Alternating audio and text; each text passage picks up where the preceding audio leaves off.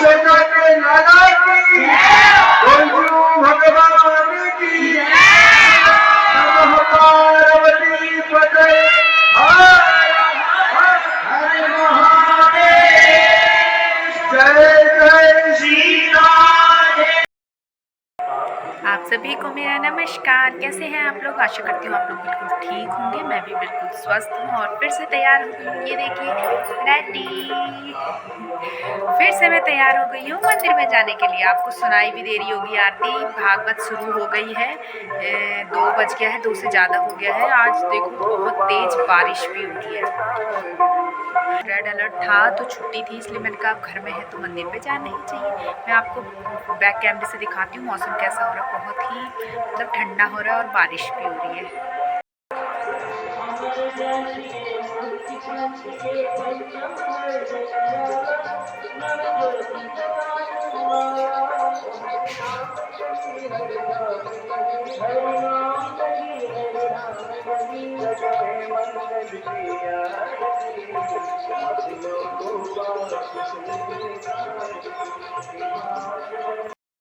तो मंदिर में आरती शुरू हो गई है, भागवत शुरू हो गई है। भागवत भगवान की है आरती, पापियों को पाप से है तारती।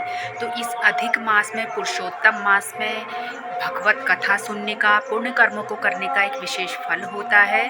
तो आप सभी भी कथा सुनिए प्रभु की और प्रभु की भक्ति में लीन हो जाइए। इसी के साथ मिलते हैं फिर से एक नए ब्लॉग में और नई कथा के साथ। और आज अंतिम दिन भी है और आज दीपोत्सव का कार्यक्रम है शाम को। वो तो दीपोत्सव शाम को होगा, अपनी कथा होगी, उसके बाद जब हम शाम की आरती होगी गोलू मंदिर में, तब हम जाएंगे, वहीं मनाया जाएगा दीपोत्सव।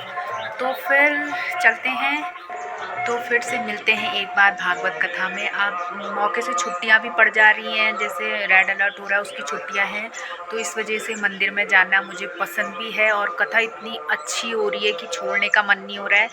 जबकि अभी सुबह से अभी टाइम हुआ काम वाम निपटा के आराम करने का, लेकिन मुझे मन हो रहा है मंदिर में जाके बैठने का। तो मिलते हैं मंदिर में भगवान के भजन के साथ। ओम नमो भगवते वासुदेवाय।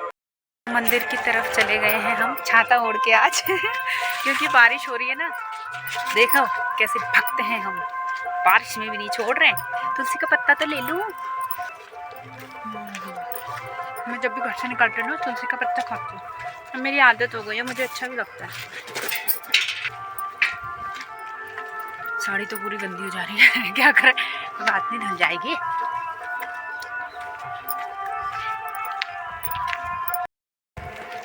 पड़ोसन आगे आ चुकी है, she is waiting for me. देखते हैं आज उनका लुक कैसा रहता है। ये रहते हैं, मेरी साड़ी देखो कैसे पकड़ के जाना पड़ा है ये छाता।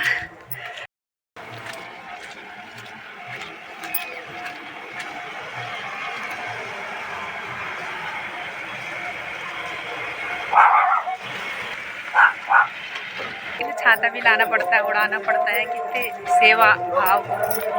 चलो आज मंदिर में जाते हैं। आज सीट का क्या होता है, मुझे तो अभी से डर लग रहा है खड़े खड़े खड़े खड़े।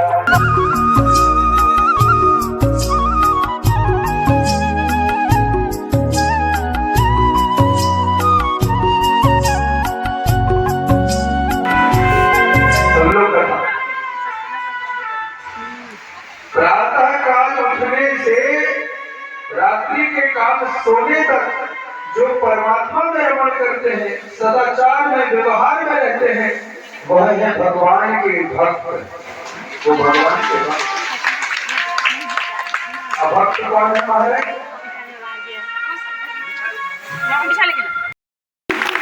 भगवान कि प्रभु को बंधन बहुत प्रिय है।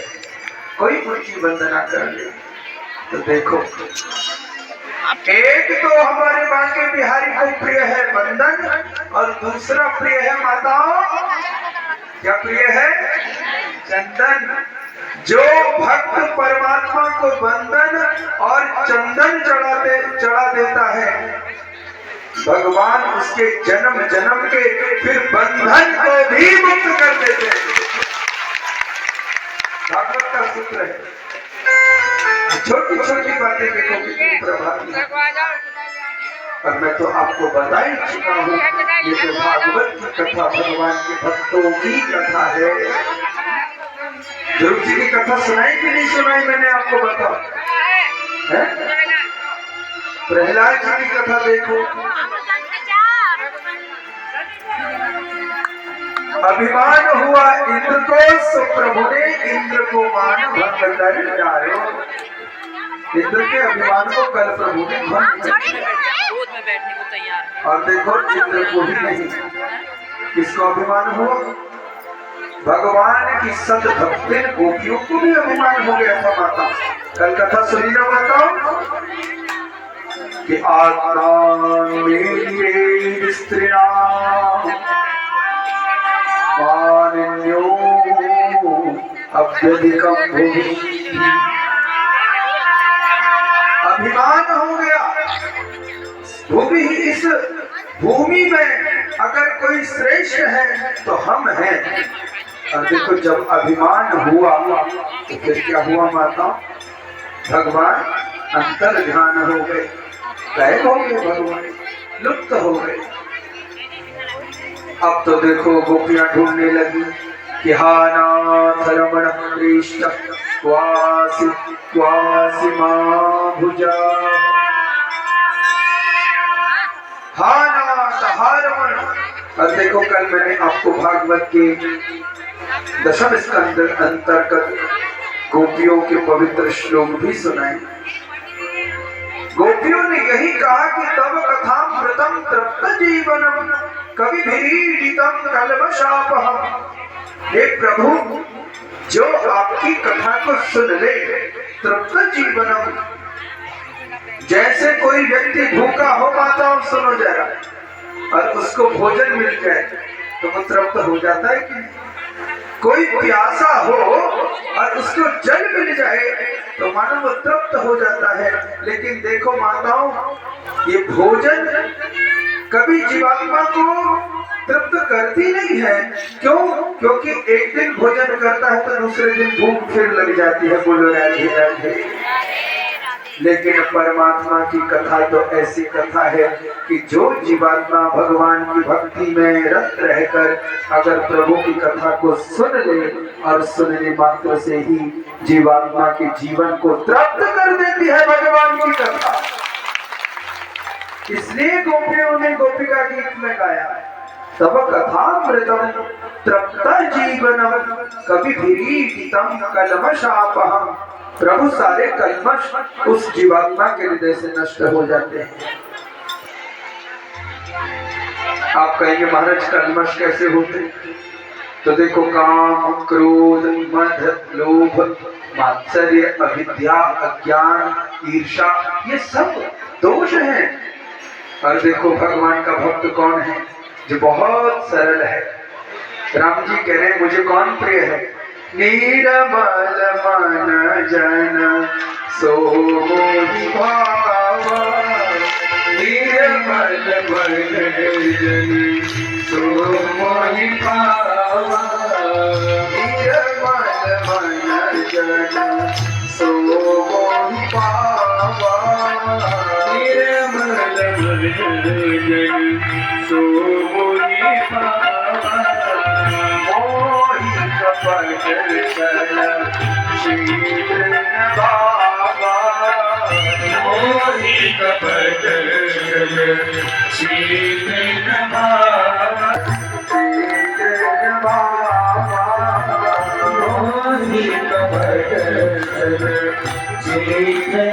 भगवान कह रहे हैं।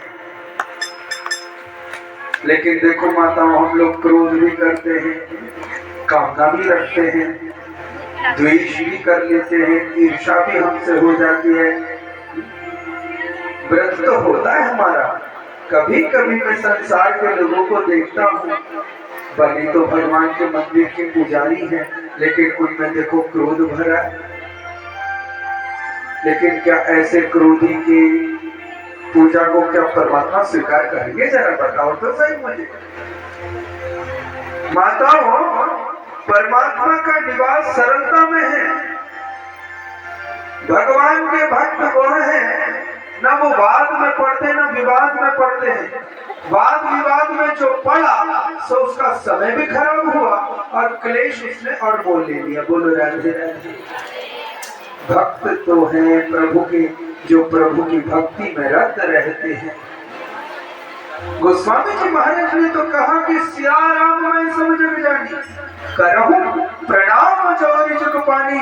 मैं तो सारे क्योंकि मुझे सारे संसार में सिया राम ही दिखते हैं। ये भक्त का लक्षण है। एक व्यक्ति किया माताओं तो क्या किया, कहा प्रभु हाँ मैंने सोच लिया मुझे क्या चाहिए। प्रभु ने कहा मांग भाई, जो तुझे दूंगा सब तेरे पड़ोसी को दुगना दूंगा। तो कहा प्रभु अगर देना ही है तो मेरी एक आंख फोड़ लो। बोलो राधे राधे। और पड़ोसी की ईर्ष्या।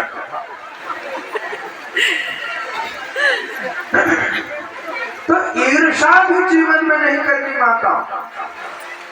ये सब भक्ति पथ के कंटक है। भगवान की भक्ति करो, भले ही थोड़ी करो, लेकिन भगवान की भक्ति विशुद्ध करो। इसलिए इंद्र ने प्रार्थना में भगवान के लिए कहा विशुद्ध सत्वम तव धाम शांतम। हे प्रभु विशुद्ध सत्वम। देखो गोविंद की भक्ति अगर करनी है तो देखो माताओं हृदय विशुद्ध होना चाहिए, और जिसका हृदय विशुद्ध हो जाए बस उसी भक्त के हृदय में भगवान प्रकट हो जाते हैं।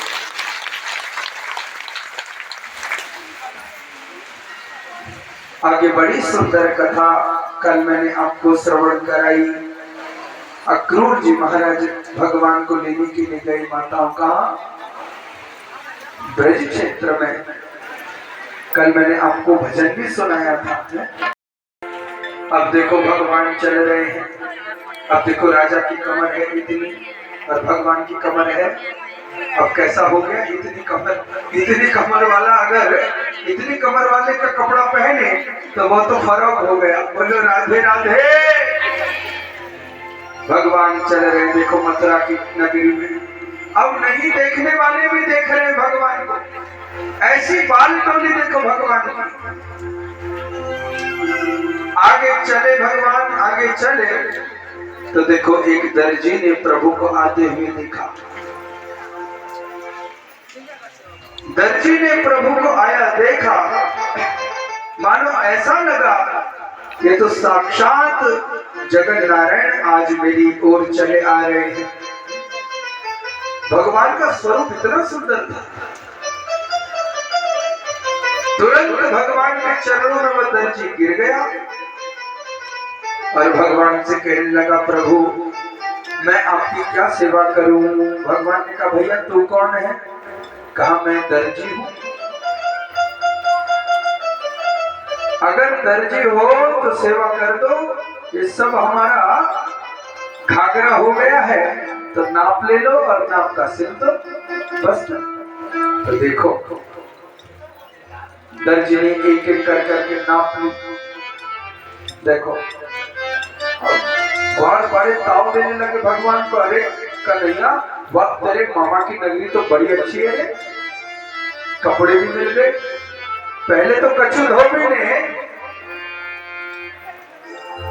आनाकानी करी, लेकिन वक्त पहले तो ऐसो मुख को जमायो कि सारी गठरी खोल दी। लेकिन देख ये दर्जी कितना बढ़िया है तेरे मामा के वहां। अरे बड़ी तारीफ के पुल बांध दिया भगवान ने ताव। अरे भैया ऐसे वैसे कछु ना है, हम भी कन्हैया हैं, वो मामा की नगरी में आए हैं। जोरदार स्वागत है वो। अब देखो स्वलंकृतो बाल गजो परवीन सिते करो सितई करो। सारे वस्त्रों को उसने सिया दिया। कृष्णो रामो विरेजतु। सबसे पहले भगवान कृष्ण की जो है वस्त्र को पहनाया, और जब प्रभु ने पहना तो मुकुट भी पहन लिया। अब तो भगवान ऐसे लगते मानो साक्षात मथुरा में नारायण प्रकट हो गए हो। बलदाऊ भैया ने भी धारण किए वस्त्र, सभी बाल सखाओं ने पहने। भगवान ने जब एक दूसरे को देखा तो प्रभु ने कहा कि रे दर्जी तेने तो हमको कितना सुंदर बना दियो। कि तस्य प्रसन्नो भगवान प्रादात् सारूप्यमात्मना। देखो सुखदेव जी भागवत में कितने सुंदर श्लोकों से कह रहे हैं, राजन कि तस्य प्रसन्नो भगवान प्रादात् सारूप्यमात्मना। इतने प्रसन्न हो गए भगवान, इतने प्रसन्न हो गए, और प्रभु ने प्रसन्न होकर के दर्जी को आशीर्वाद दे दिया कि रे दर्जी, जब तक ये जीवन रहेगा, इस संसार रहेगा, तेरी दुकान कभी बंद होगी नहीं। बोलो रहे। देखो सबसे अधिक दर्जी फल फूल रहे कि नहीं, बताओ जरा। अभी पिछले दिन ही कोई पंडित जी मुझसे कह रहे थे, महाराज दर्जी के वहां इतने कपड़े आ गए कि 1 महीने में दिया कुर्ता, उसका नंबर ही नहीं आया। समय नहीं है। देखो दर्जी को भगवान की कृपा है, भागवत में देखो दर्जियों को। बोलो राधे राधे। कोई माता तो नहीं बैठी सुनने वाली, कृपा है भाई तुम्हारे ऊपर भगवान की। सुन लो जरा, तुम्हारे पितरों ने बढ़िया बोया है। बोलो राधे राधे। भगवान सज धज करके चलने लगे, तो प्रभु ने दर्जी को भी आशीर्वाद दिया। और इसीलिए देखो, आपने देखा होगा कि जो भगवान को अपने घर में पधराते हैं, लड्डू गोपाल जी के रूप में जो सेवा करते हैं, वो नए नए अवसरों पर भगवान को सुंदर सुंदर वस्त्र पहनाते हैं। हमारे भगवान को सजना संवरना बड़ा प्रिय लगता है। बोलो राधे राधे। अमित जी मुझसे कह रहे थे, महाराज आपकी जो ड्रेस है ना, आपके वस्त्र में आनंद आ जाता है। मैंने कहा हम बिहारी जी के भगत हैं, कृपा होनी चाहिए। प्रभु को सजना बहुत प्रिय है माता। तस्य प्रसन्नो भगवान। और देखो दर्जी ने प्रभु के नाम का वस्त्र सिला तो भगवान प्रसन्न हो गए। आगे भगवान चले बालटोली में। भागवत में 2 सुदामा भक्त हैं भगवान के। एक तो सुदामा जो भगवान के सखा थे, उनकी कथा तो अभी हम सुनाएंगे। लेकिन एक भक्त सुदामा और है मानता हूं, और वह भागवत में माली थे। फूलों का बाग था उनके पास। मथुरा में जब भगवान को आया देखा, तो सुदामा नाम के माली ने भगवान को देखा। क्या सुंदर प्रभु ने राजश्री वस्त्र पहन रखे, क्या दिव्य भगवान के शीश में मुकुट है, अगल बगल से कितने सुंदर केश जो वायु में लहरा रहे हैं। तो सुदामा नाम के माली ने जब प्रभु को आता देखा तो भगवान के चरणों में गिर गया। प्रभु ने कहा कि भैया तुम कौन हो? महाराज मैं सुदामा नाम का माली हूँ। अच्छा क्या चाहते हो? कहा कि प्रभु आप मेरे घर चलो, बस मैं आपको अपने घर ले जाना चाहता हूँ। और देखो भगवान से कहा कि प्रभु मेरे घर चलो, तो भगवान ने कहा देखो चाय पानी की भी व्यवस्था हो गई। बोलो राधे राधे। बालटोली के संग सुदामा नाम के माली के घर गए भगवान, और देखो कितनी सुंदर कथा भागवत में, क्योंकि भगवान भक्तों के भगवान है। कोई बुला तो नहीं उन्हें, कहां देरी है परमात्मा के आने में? उनके आने में देरी नहीं है, देरी तो हमारे बुलाने में है। और देखो भगवान को जब सुदामा नाम के माली ने बुलाया, तो अपनी पत्नी के संग खड़ा हो गया और कहने लगा प्रभु आज तो हमारा जीवन धन्य है गयो। क्यों? क्योंकि 3 लोक के नाथ मेरे घर में प्रकट हो गए। सत्सुदामन अधरों में बंशी को रखते हैं तो अपना सिर टेढ़ा कर लेते हैं, करते कि नहीं पता। और जब कांधे में कामरी को रखते हैं, कांधे कारी कामरिया को जब प्रभु रखते हैं, तो देखो थोड़ी प्रभु अपनी कमर टेढ़ी कर लेते हैं। बोलो राधे राधे। और तीसरा प्रभु अपना चरण भी टेढ़ा कर लेते हैं, इसलिए अपने 3 अंग को भंग करते हैं भगवान। इसलिए प्रभु का एक नाम है, बोल श्री भंगीलाल भगवान की। 3 अंग भंग करते हैं भगवान। आगे भगवान ने कुब्जा को देखो, कहा कुब्जा मैं भी 3 जगह से टेढ़ा हूं और तू भी 3 जगह से टेढ़ी है। देखो 3 जगह से टेढ़े वाले भगवान ही 3 जगह से टेढ़ी कुब्जा को ठीक कर सकते हैं, सुंदरी बना सकते हैं। प्रभु ने क्या किया, अपने चरणों से कुब्जा के चरणों को दबाया और पृष्ठभाग पर हाथ रखा, कुब्जा की ठोड़ी को प्रभु ने छुआ और जो प्रभु ने झटका दिया सो देखो तत्काल कुब्जा को प्रभु ने साक्षात लक्ष्मी के समान सुंदर, लक्ष्मी के समान सुंदरी हो गई कुब्जा। एक भाव है बड़ा पुराना, आदरणीय मनोज जी हम लोग मिलकर बहुत गाते हैं, मनमोहन तुझे रिझाऊं, बड़ा पुराना भाव है हमारा। हम लोग भगवान को मनमोहन रूप में बहुत प्रेम करते। आइए उस भाव को गाएं आदरणीय मनोज जी के साथ साथ। देखो मनोज जी की और हमारी मंडली ऋषभ, तो देखो कितना बढ़िया भाव बन जाएगा भजन का है, इसलिए छोड़ता तो अंत में विजय तो अच्छाई ही होती है। कोई कहे बुरा तो कोई बड़ी बात नहीं है महाराज, भगवान को बुरा नहीं कहना, न भगवान ने हमको बुरा कहना है, ऐसा हम तो कोई आचरण नहीं करता। संसार के लोग तो कुछ ना कुछ कहते ही रहते हैं, देखो भगवान को नहीं छोड़ते, हमको क्या छोड़ेंगे, बोल रहे थे। प्रसंग आ गया तो सुना दो। एक दिन माता पार्वती ने कहा, बाबा बाबा मैंने धरती जरा घूमनी है, पृथ्वी के लोग देख ले।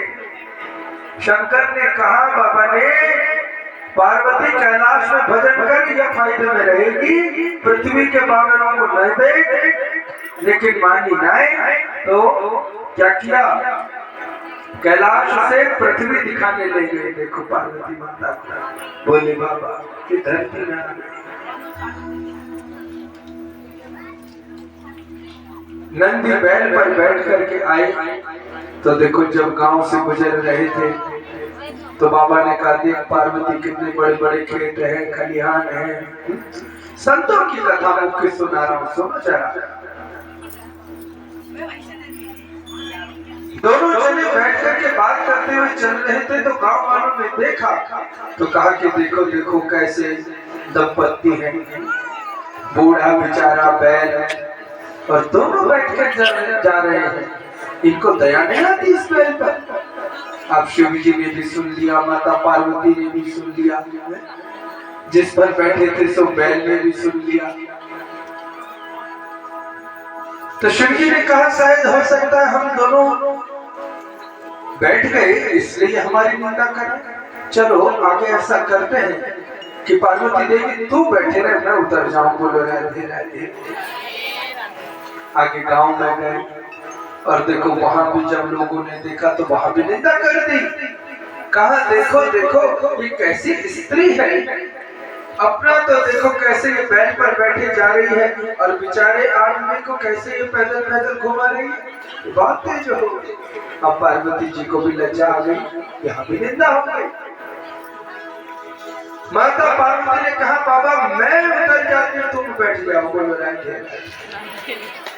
आगे खाकों में गए सो वहां निंदा हो गई। देखो देखो कितना कठोर दिल वाला आदमी है, अब ला बेचारी औरत को पैदल घुमा रहा और अपना देखो बैल में बैठा है। शिव जी ने कहा, महाराज यहाँ भी निंदा हो गई। तो दोनों जने नीचे उतर गए, आगे के गांव में गए तो वहां भी बात हो गई कि कितने मूर्ख हैं, हट्टा कट्टा बैल जा रहा है और अपना पैदल पैदल ही जा रहे हैं। अर्थ यह है कि संसार के लोग तो दोषी हैं, जहां दोष देखा सो वहां निंदा करने लगे। लेकिन इन संसार के लोगों में से ही 1000 में कोई एक भक्त भगवान का निकलता है और वह दोष नहीं देखता, वह तो मूर्तिमान होता है। इसलिए मैं बार बार जोर देकर के ये कहता हूँ, बुरा मत बोलो, किसी के लिए बुरा मत कहो, किसी के संग गलत आचरण मत करो, व्यवहार बिल्कुल विशुद्ध करो। इसलिए मैं बार बार कहता हूँ, इसलिए सरलता में, सादगी में भगवान है। कंस ने देखा, भगवान कृष्ण को आते देखा तो भयभीत हो गया। देखो बुराई है ना। और भगवान किसके लिए आते हैं कि परित्राणाय साधुना विनाशाय च दुष्कृता धर्म संस्थापनार्थाय संभवामि युगे युगे। भगवान देखो हर युग युगांतर में, हर मनु मनवंतर में, हर कल्प कल्पांतर में प्रभु पृथक पृथक अवतार ग्रहण करते हैं।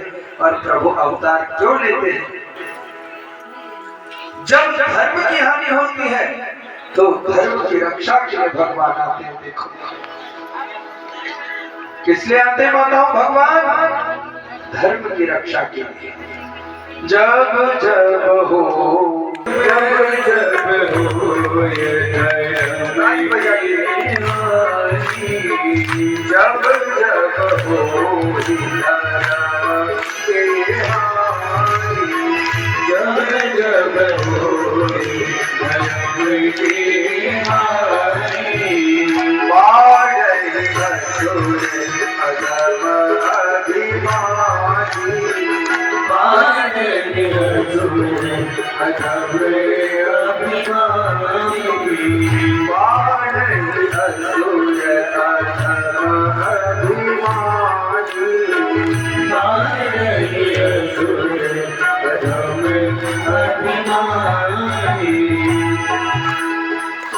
जब जब धर्म की हानि हुई, अधर्म का बोलबाला बढ़ा, तो धर्म की रक्षा के लिए कौन आ गए? हाहेति शब्दः समूहान्तदाभूत् दुदीरिताः सर्वजनैर्नरेन्द्रः।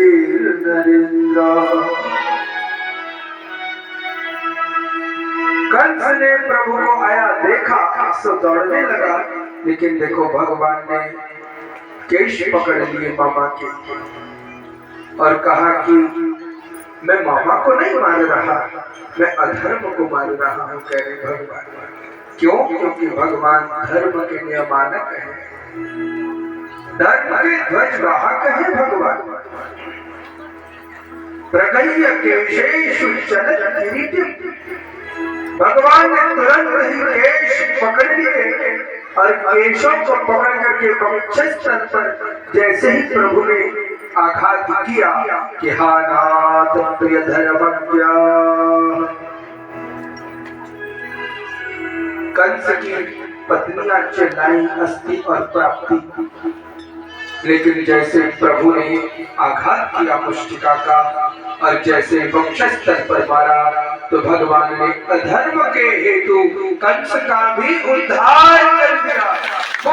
बिहारी लाल की अधर्म के नियमानक कंस को भी तब प्रभु ने मार दिया। धर्म की प्रभु ने रक्षा करी। आगे एक दिन भगवान तुरंत तत्काल कारागृह में गए, अपनी मां देवकी और पिता वसुदेव से प्रभु मिले और मिल करके बहुत दुलार किया। देवकी ने तो भगवान को गले से लगा लिया। कितना बुरा है देखो, जन्म होते ही, जन्म लेते ही मैंने अपने पुत्र को अपनी आंखों के सामने त्याग दिया और देखो आज भगवान का जब पुनः दर्शन किया तो देवकी ने तो प्रभु को अपने आलिंगन से ही लगा दिया। देवकी के नंदन हो गए भगवान। आगे बड़ी सुंदर कथा श्री सुखदेव जी महाराज श्रवण करा रहे हैं। राजन, एक दिन भगवान दिव्य ऊंची अट्टालिका पर बैठे थे। सो भगवान के बाल सखाओं ने भगवान की खोज करी कि भगवान कहाँ चली गई। खोजा कहीं मिले ही नहीं भगवान। और जब कहीं मिले नहीं भगवान तो देखो उद्धव ने देखा कि एक जगह भगवान कहीं पर बैठे हैं और तुरंत दौड़कर के उद्धव जी गए और तब देखा कि भगवान रो रहे थे। माता गीता में भगवान ने अर्जुन से एक बात कही है। क्या बात कही है? अर्जुन से कहा प्रभु ने, अरे अर्जुन सुन, क्या जब जब कोई मेरा भक्त मुझको याद करता है, मुझे पुकारता है, मेरे लिए रोता है, तो मेरा भाव उसके लिए क्या है? ये यथा माम प्रपदन्ते ताम तथैव भजाम्यहम्। जो मुझको जिस भाव में याद करता है अर्जुन, गीता का वचन कह रहे भगवान, फिर उस भक्त को मैं भी याद ही करता हूँ, मैं भी याद ही करता हूँ। याद कैसे रहेगी? देखो कैसे बनेगी। संसार के प्रति दया का भाव रखोगे तो दया का उल्टा क्या है माता? है? जब आपके भीतर दया रहेगी तो निश्चित आप भगवान को याद भी कर सकते हो। प्रभु के आंखों में अश्रु देखा तो उद्धव ने कहा कि अरे कन्हैया तो किसके लिए रो रहा है? बंदगी तेरे बस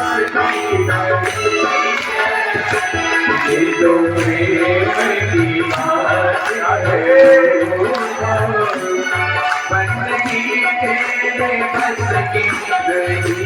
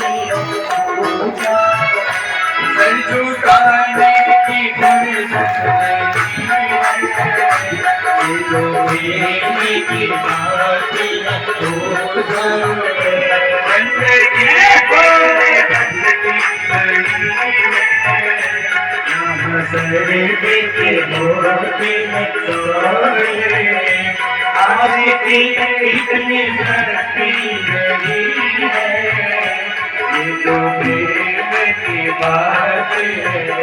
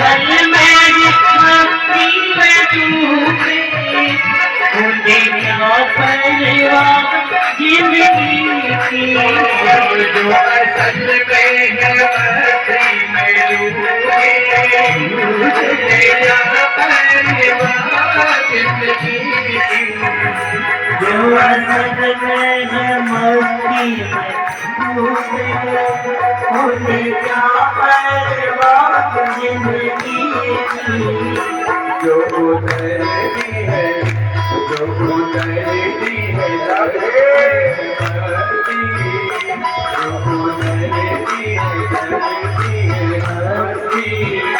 वो हकीकत में बसती नहीं राधे,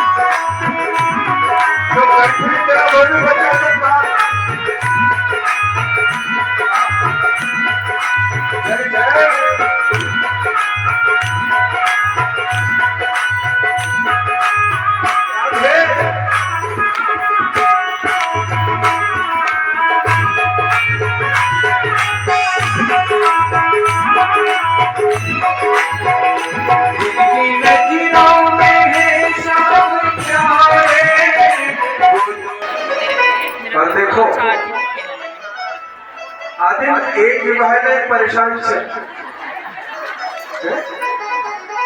महाराज आनंद से ग्रस्त कभी न कभी है परेशान। लेकिन देखो भगवान, इसलिए तो वो भगवान है। कई लोगों से मैंने कहा कि महाराज तुम ये दम क्यों पीते हो, मतलब अब मुझे कहा महाराज हम तो भोले बाबा के भगत है। बोले रहते अच्छा, बोले बाबा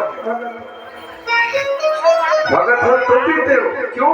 कहे तो प्रसाद है उनको चढ़ता है। बोले बाबा हमारे दम लगा। मैंने कहा भैया देख, अपने व्यसन को भगवान से मत जोड़। जो भगवान कर सकते हैं वो इंसान कभी कर नहीं सकता, माता कर सकता। मैंने उससे सीधी सीधी भाषा में कहा कि अगर भगवान दम लगाते हैं तो भगवान तो जहर भी पीते, जरा तू पी के दिखा,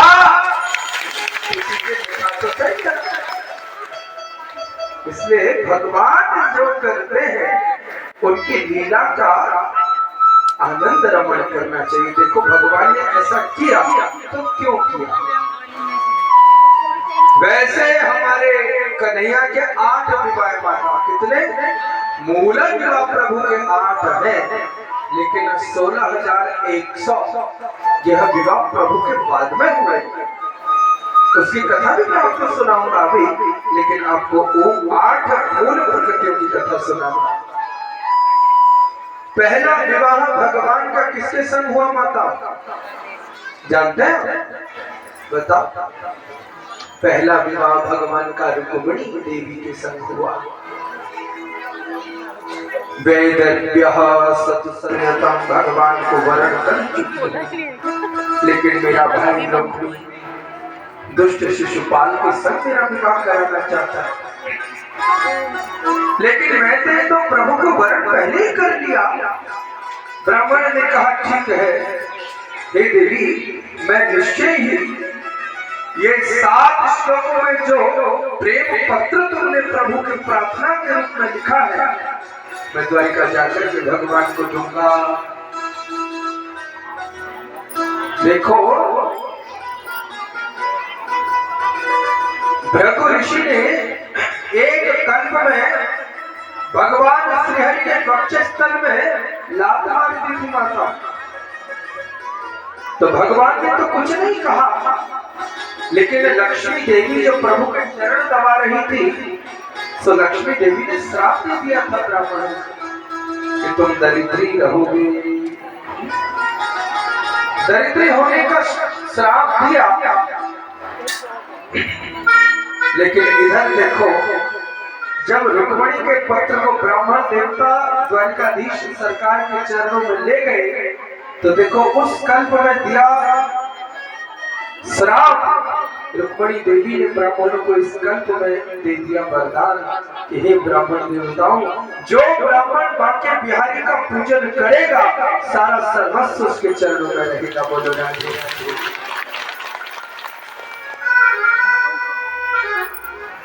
ब्राह्मण देवता भगवान के पास आए। प्रभु के अनुचरों ने ब्राह्मण देवता को अंतःपुर में प्रभु बैठे थे से बुलाया। प्रभु ने प्रणाम किया। कहो ब्राह्मण, आज द्वारका में कैसे आए? कहा कि प्रभु, मैं आपके लिए पत्र लाया हूं। किसने दिया? तो कहा राजा भीष्म, विदर्भ देश के राजा है, उनकी पुत्री ने आपके लिए पत्र दिया है। प्रभु, मैं पत्र लाया।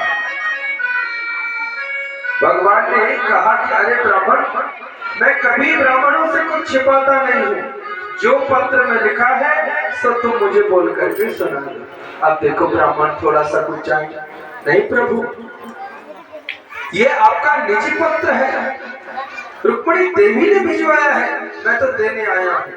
लेकिन भगवान ने कहा ना कि विप्रान स्वरलाभ संतुष्टा साधन भूत सुहृतमान निरंकारिणा शांता नमस्ये शिरसा स्कृतम्। लेकिन भगवान ने बारंबार प्रणाम करके कहा कि हे विप्र, तो मुझे पढ़ करके सुनाओ। बार बार याचना राजन ने करी। प्रभु ने पत्र खोल करके 7 श्लोक सुना दिए, जिसमें रुक्मिणी माता ने भगवान की यश गाथा को प्रणाम किया था और कहा था कि हे प्रभु, मेरी बारात आने वाली है। हर कल्प में मैं तुम्हारे संग रही, राम बने तो सीता हो गई, विष्णु बने तो प्रभु मैं लक्ष्मी हो गई, और आज जब कृष्ण बने हो तो क्या मुझे रुक्मिणी नहीं बनाओगे मेरे प्रभु? याचना करी। प्रभु तो उस याचना को स्वीकार करने वाले भगवान हैं। क्या किया?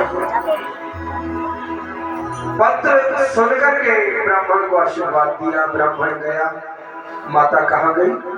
रुक्मिणी माता तो स्वयं भगवती के मंदिर चली गई और मंदिर में जाकर करके माँ अम्बा का पूजन करने लगी। नमस्ते त्वाम्बिके वीक्षणं स्वसंतानयुतां शिवां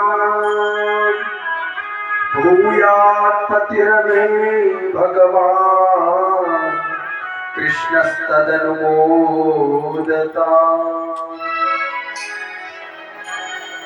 माँ अम्बा के मंदिर में जाकर के गौरी पूजन करने लगी। कौन माता? रुक्मिणी माता। देखो भागवत यहाँ पर सूत्र दे रहा है, मनु जाहि राजेहु मिलहु सो बरु।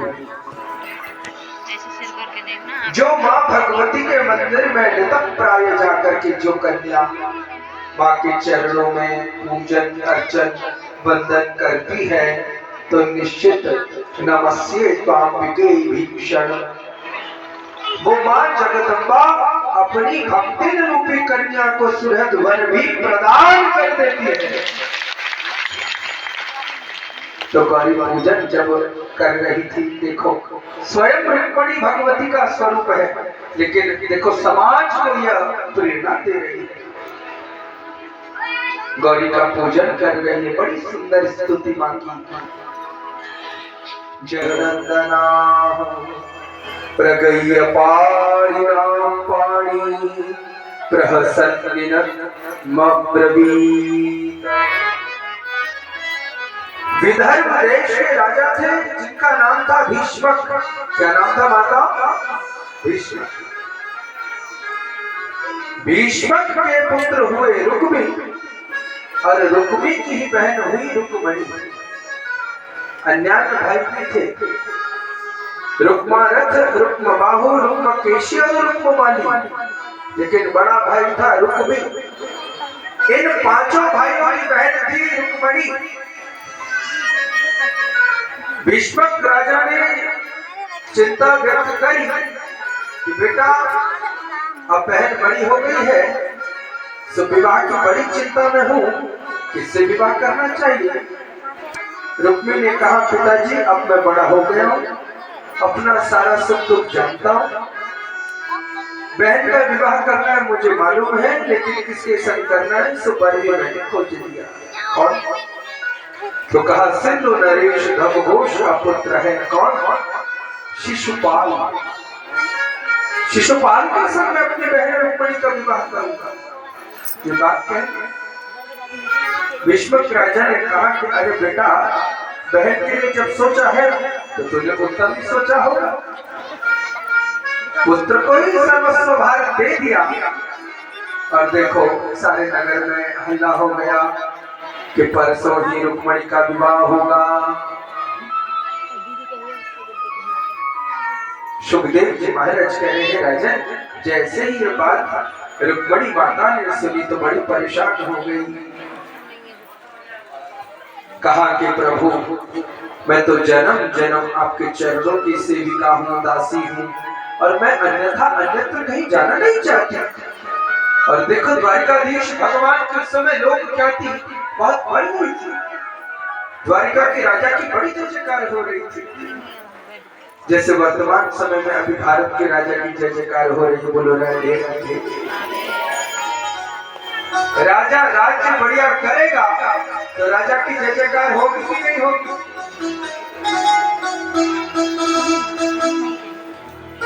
बाहर की बात तो नहीं करूंगा, लेकिन देखो अभी इस कथा से पूर्व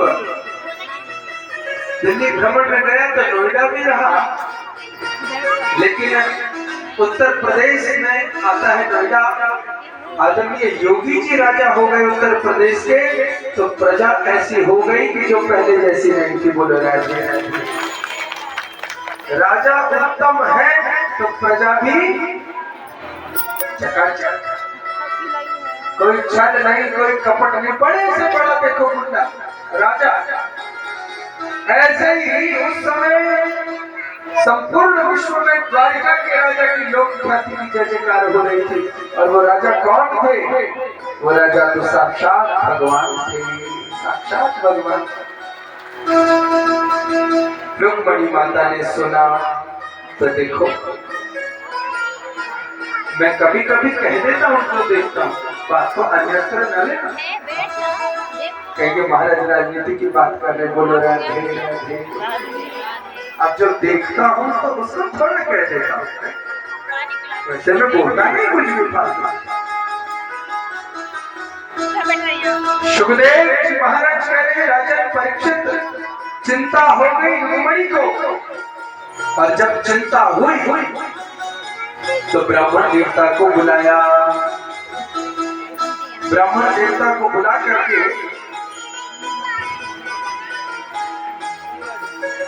7 श्लोकों में रुक्मिणी माता ने दिव्य पत्र लिखा। माता कितने श्लोकों में?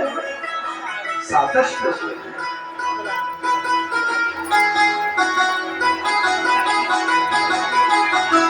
श्रुत्वा गुणान् भुवन सुंदर श्रवणतामते निर्विश्य कर्णाभिवरे हरतोऽङ्गतापम्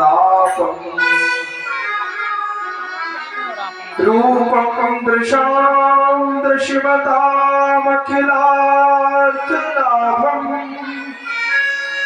त्वयच्युता विशाति चित्तं पत्रमन्ते श्रुत्वा गुणान् भुवन सुंदर श्रवणतामते। भागवत का श्लोक है। 7 श्लोकों में भगवती देवी ने पत्र लिखा और ब्राह्मण देवता से कहा कि हे ब्राह्मण देवता, ये पत्र मैंने अपने स्वामी सरल रंग से मैंने भागवत में आज भगवान के 8 विवाहों की कथा सुना दी। बोलो राधे राधे। आप लोगों ने इससे पहले कथा सुनी थी भगवान की?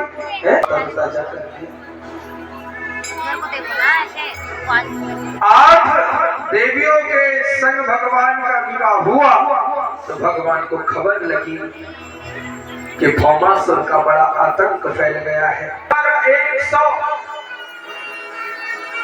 16,100 स्त्रियों को बंदी बना करके ले आया और देखो भगवान ने चढ़ाई कर दी, भौमासुर की वध की। द्वार पर ही मुर नाम का दैत्य लगा दिया। मुर नाम का दैत्य द्वार पर पहरा दे रहा था। भगवान ने अंदर जाने की अनुमति मांगी तो नहीं दिया। भगवान के संग युद्ध करने लगा। प्रभु ने एक मुष्टिका का प्रहार किया। मुर दैत्य के प्राण का उद्धार प्रभु ने किया और भगवान का नाम मुरारी पड़ गया। बोल मुरारी भगवान की। मुर दैत्य को मारा तो प्रभु का नाम पड़ गया माताओं मुरारी। भौमासुर ने प्रभु की सुबह सेना को आया देखा, थर-थर कांपने लगा। भयंकर युद्ध हुआ लेकिन प्रभु ने अपना चक्र लिया और भौमासुर का भी भगवान ने उद्धार कर दिया। उद्धार कर दिया। भौमासुर ने देखा प्रभु को, प्रभु ने भौमासुर का उद्धार किया। अंत हो गया धर्म का। धर्म की स्थापना प्रभु ने करी। कारागार का जैसे ही द्वार खोला तो 16,100 स्त्रियां प्रभु के सामने आ गई और प्रभु के सामने याचना करने लगी कि हे प्रभु, हे बाकी बिहारी भगवान, आज आपने हमें मुक्त नहीं किया, आपने तो हमें और बड़े बड़े बंधन में डाल दिया। प्रभु क्यों? क्योंकि आपने दुष्ट के कारक ग्रह से तो प्रभु मुक्त कर दिया, लेकिन अब हमको कौन अपनाएगा इस संसार में?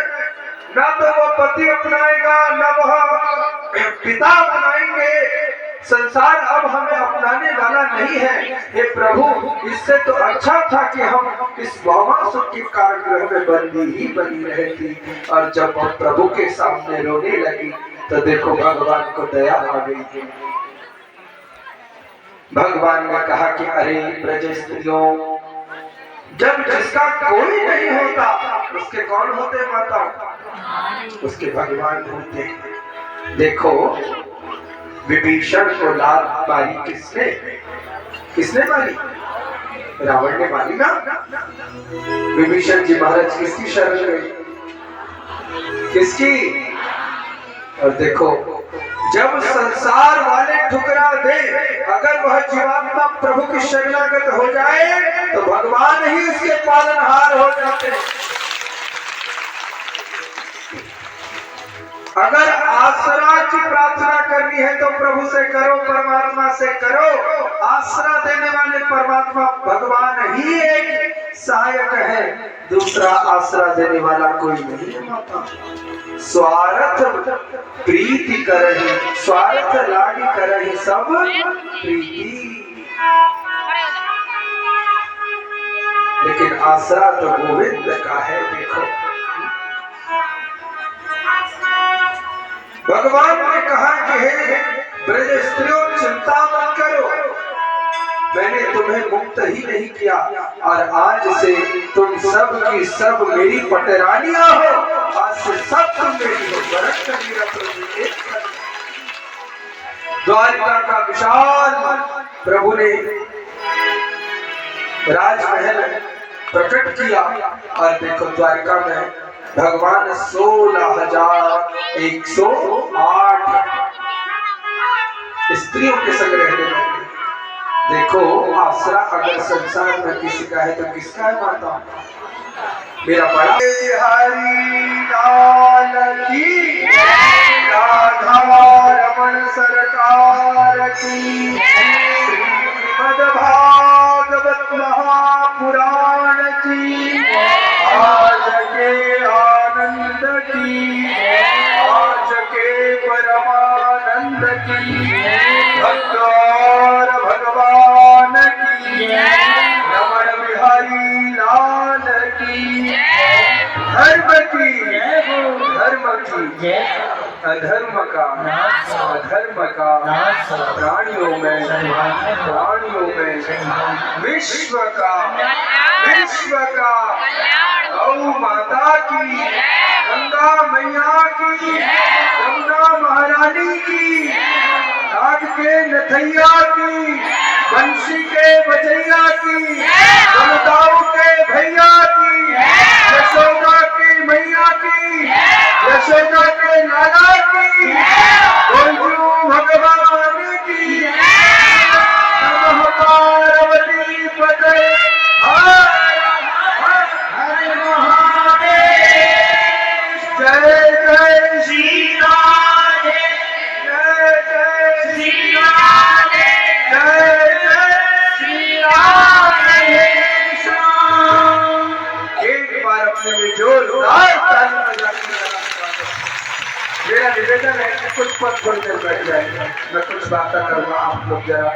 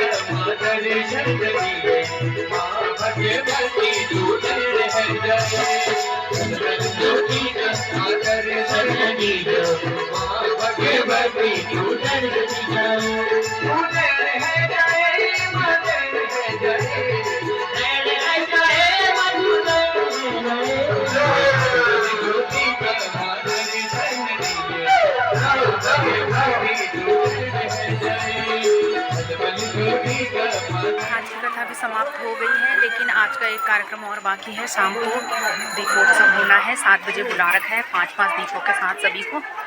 तो शाम का दीपोत्सव वाला ब्लॉग मेरा अलग से आएगा क्योंकि बहुत लंबा हो जा रहा है ना। तो ऐसे ही भक्ति वाले ब्लॉग आपके पास आते ही रहेंगे।